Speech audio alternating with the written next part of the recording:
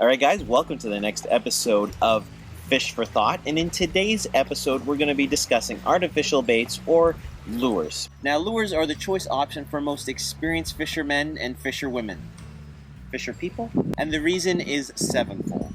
Reason number 1, it is more challenging. Reason number 2, you can cover more water faster. Reason number 3, you can more easily target specific species of fish.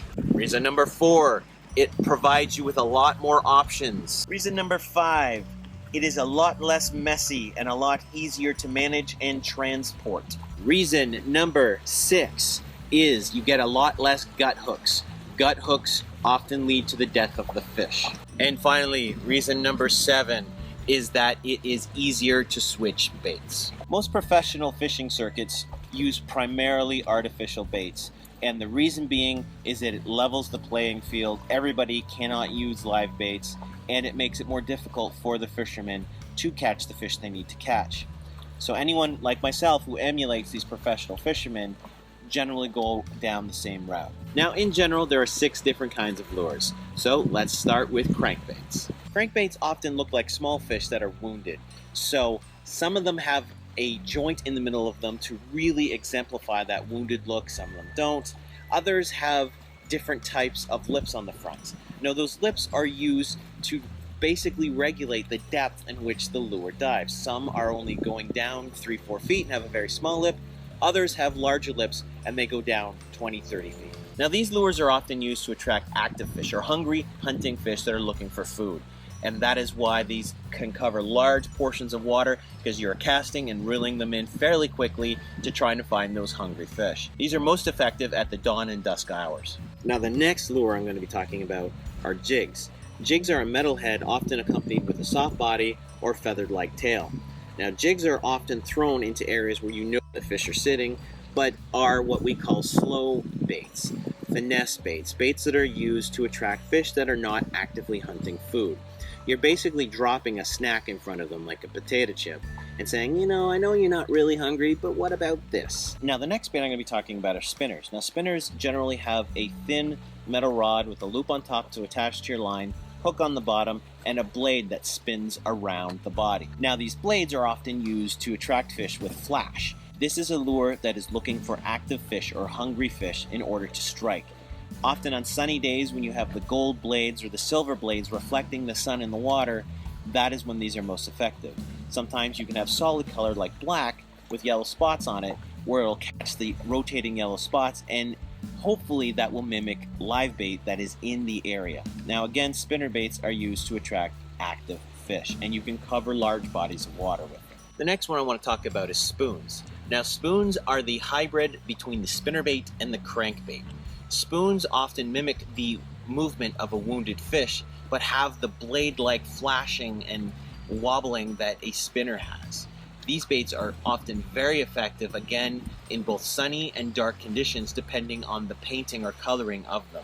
These lures are often used, again, to cover large portions of water or large bodies of water and attract active fish. Very often, spin baits, crankbaits, and spoons are not effective when the fish aren't biting or they're not hungry. Again, most effective at dawn and dusk. Now the next thing I want to talk about are soft plastics. Now soft plastics are used for both active and inactive fish, as they come in different colors, different sizes, different scents, different shapes. They are very universal and one of the most popular lures there are on any lake that you could ever find. So you basically take a hook and do something like a Texas rig, where you end up putting the hook back inside the body of the soft plastic in order to cast it amongst weeds, lily pads, rocks, without the fear of getting snagged.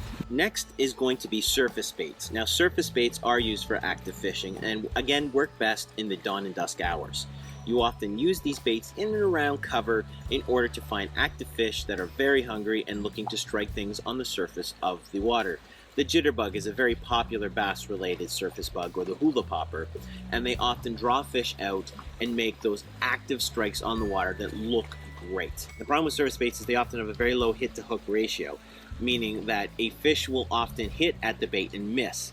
It'll take a couple hits in order to do it, but often will re-hit the same lure many times, so feel free, if you miss it, to cast it back in the same spot and wait for the same fish to hit it.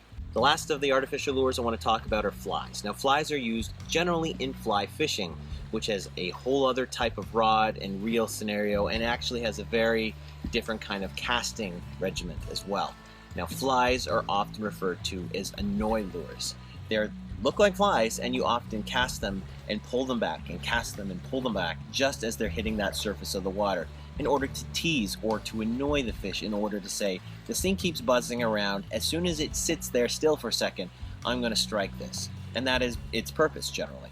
So you would cast usually 4 or 5 times to the same area at the last second, pulling the fly away, casting it back, and then after teasing that spot for a while, you let the fly land and wait for the strike. Now, when it comes to my personal choice between live bait and lures, I choose lures. I choose them because they're easily managed. I can easily switch them in and out. They are more challenging, but the primary reason is I'm a catch and release fisherman. Every fish that I catch, I release. And the best odds for me to be able to release a fish with no harm to it are to be using artificial baits.